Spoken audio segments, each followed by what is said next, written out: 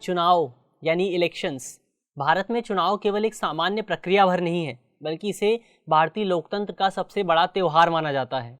भारत की चुनाव प्रक्रिया पिछले 70 वर्षों से लगातार अनवरत विकसित हो रही है। पिछले बदलती परिस्थितियों के अनुसार कुछ नए कानून इसमें शामिल किए गए और कुछ पुराने कानूनों को समाप्त कर दिया गया।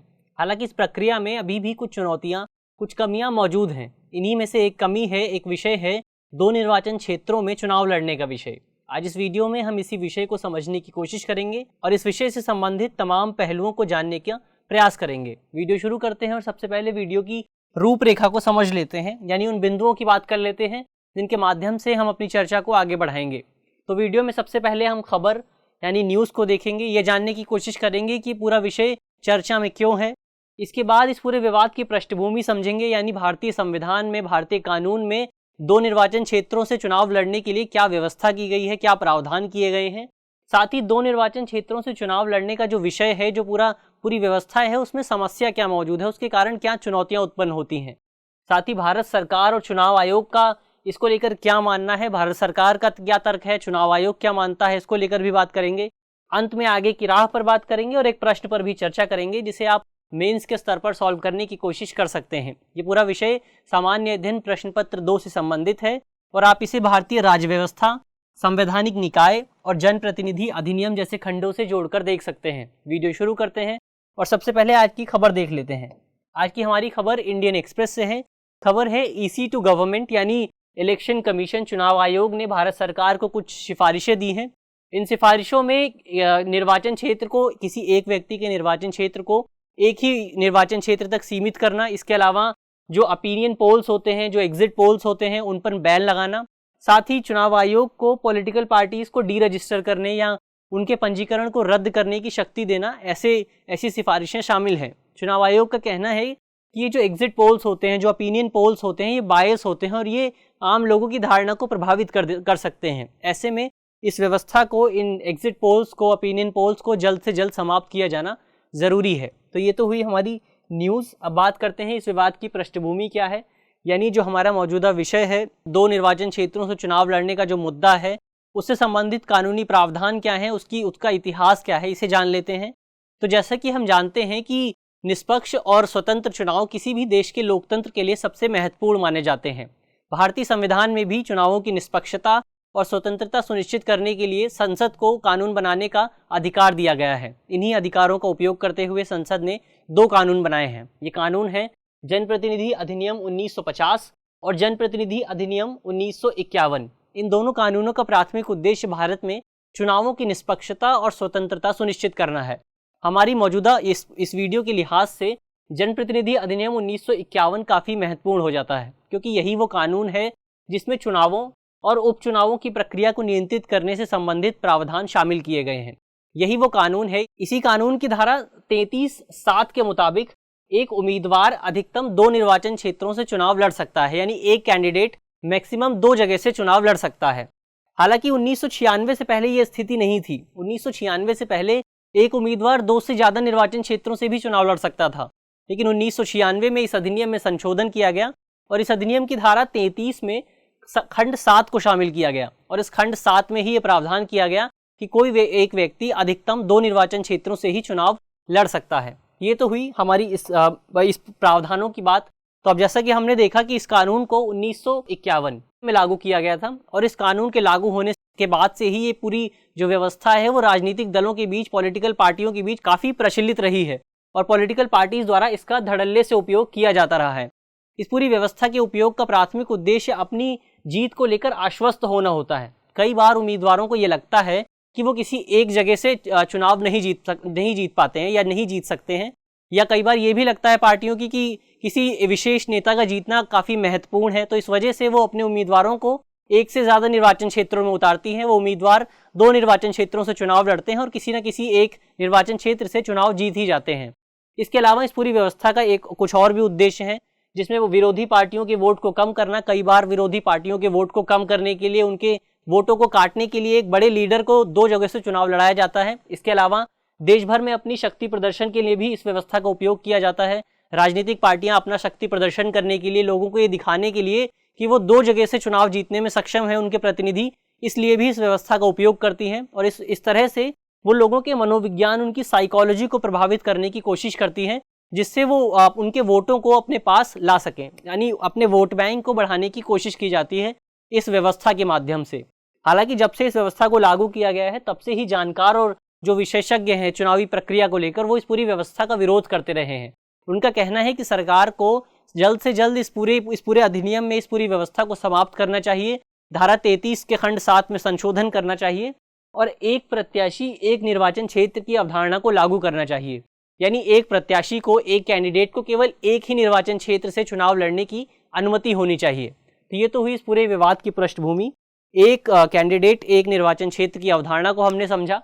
अब बात कर लेते हैं कि दो निर्वाचन क्षेत्रों से चुनाव लड़ने में आखिर समस्या क्या है, यानी जानकार इसका विरोध क्यों कर रहे हैं। तो सबसे बड़ी और सबसे महत्वपूर्ण तर्क ये है कि ये जो पूरी व्यवस्था है वो अतार्किक है, इलॉजिकल है, इसका कोई तर्क नहीं है। जनप्रतिनिधि अधिनियम की एक और धारा है, धारा 70। ये धारा बताती है कि कोई उम्मीदवार दो निर्वाचन क्षेत्रों का प्रतिनिधित्व नहीं कर सकता है, यानी कोई एक उम्मीदवार दो निर्वाचन या दो से ज्यादा निर्वाचन क्षेत्रों का रिप्रेजेंटेशन नहीं कर सकता है, लोकसभा या फिर राज्यसभा या किसी राज्य विधानसभा में। तो ऐसे में अगर कोई व्यक्ति दो निर्वाचन क्षेत्रों का रिप्रेजेंटेशन नहीं कर सकता है, उसका प्रतिनिधित्व नहीं कर सकता है, तो दो निर्वाचन क्षेत्रों से चुनाव लड़ने का भी कोई तर्क समझ में नहीं आता है। तो इस तरह से हम कह सकते हैं कि जनप्रतिनिधि अधिनियम की धारा 33, 7 और धारा 70 के बीच एक विरोधाभास की स्थिति मौजूद है। यानी ये दोनों आपस में एक दूसरे को काटती है, एक विरोधाभास की, एक पैराडॉक्स की स्थिति मौजूद है। इसके अलावा अगर कोई व्यक्ति दो निर्वाचन क्षेत्रों से चुनाव लड़ता है और वो व्यक्ति दोनों ही निर्वाचन क्षेत्रों से चुनाव जीत जाता है, तो इसके कारण वापस से एक उपचुनाव की स्थिति बन जाती है। उस क्षेत्र में उपचुनाव करवाने पड़ते हैं और उपचुनाव के कारण वहां पर जो सरकार का कोष होता है, उस सरकार के कोष पर अतिरिक्त दबाव पड़ता है। उदाहरण के लिए प्रधानमंत्री नरेंद्र मोदी ने साल 2014 में दो निर्वाचन क्षेत्रों से 2 सीटों से चुनाव लड़ा था। पहली सीट थी वडोदरा की सीट और दूसरी सीट थी वाराणसी की सीट। इसके बाद वो दोनों ही क्षेत्रों से चुनाव जीत गए थे और उन्होंने वाराणसी की सीट का चुनाव किया था। यानी उन्होंने वाराणसी का प्रतिनिधित्व करने का चुनाव किया था और वडोदरा की सीट उन्होंने छोड़ दी थी। जैसे ही उन्होंने वडोदरा की सीट छोड़ी तो वहां पर दोबारा उपचुनाव हुए। अब अगर वो सीट न छोड़ते, वो केवल एक ही जगह से चुनाव लड़ते, तो जाहिर तौर पर वहां उपचुनाव न होते और उपचुनाव का खर्च भी बच जाता। ऐसे में अगर उपचुनाव होते हैं तो इसके कारण सरकार का जो कोष है उस पर अतिरिक्त दबाव पड़ता है और ये कोष में पैसे आते हैं आम लोगों के कर से, लोगों की मेहनत से। इस तरह से लोगों की मेहनत भी इससे प्रभावित होती है। इसके अलावा आप सोच सकते हैं कि 1996 से पहले क्या व्यवस्था रही होगी, जब एक व्यक्ति को दो से ज्यादा निर्वाचन क्षेत्रों में चुनाव लड़ने की अनुमति थी, तो तब तो और ज्यादा प्रभाव पड़ता था आम लोगों की जेब पर, सरकार के कोष पर। इसके अलावा कई जानकार ये भी तर्क देते हैं कि ये जो पूरी व्यवस्था है दो निर्वाचन क्षेत्रों से चुनाव लड़ने की, वो मतदाताओं के साथ एक विश्वासघात करती है। इसके तहत जो प्रतिनिधि होते हैं, जो नेता होते हैं, वो ये जानते हैं कि अगर वो दोनों सीटों से चुनाव जीत जाते हैं तो उन्हें कोई ना कोई एक सीट छोड़नी ही पड़ेगी और इसके बावजूद वो चुनाव लड़ते हैं। ऐसे में इन चुनावों में लोग दूर दूर से वोट करने आते हैं। कई बार लोग अपने शहरों से गांवों में वोट करने जाते हैं। ऐसे में अगर कोई एक प्रतिनिधि उनके वोट को छोड़कर किसी दूसरी सीट का प्रतिनिधित्व करता है, इसे उनके साथ एक तरह से धोखा कहा जाएगा। इसके अलावा ये चुनावी प्रक्रिया से भी लोगों के विश्वास को उठा देता है।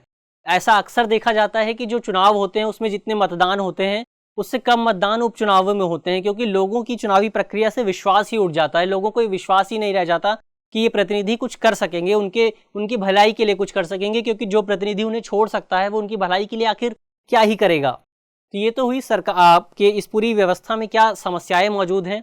अब इस पूरी व्यवस्था के पक्ष में सरकार द्वारा क्या तर्क दिए जाते हैं, उन तर्कों की बात कर लेते हैं। तो बीते दिनों सर्वोच्च न्यायालय के समक्ष इस पूरी व्यवस्था को खारिज करने को लेकर एक याचिका दायर की गई थी। इस याचिका में जो जनप्रतिनिधि अधिनियम है उसकी धारा 33(7) को असंवैधानिक घोषित करने की बात की गई थी।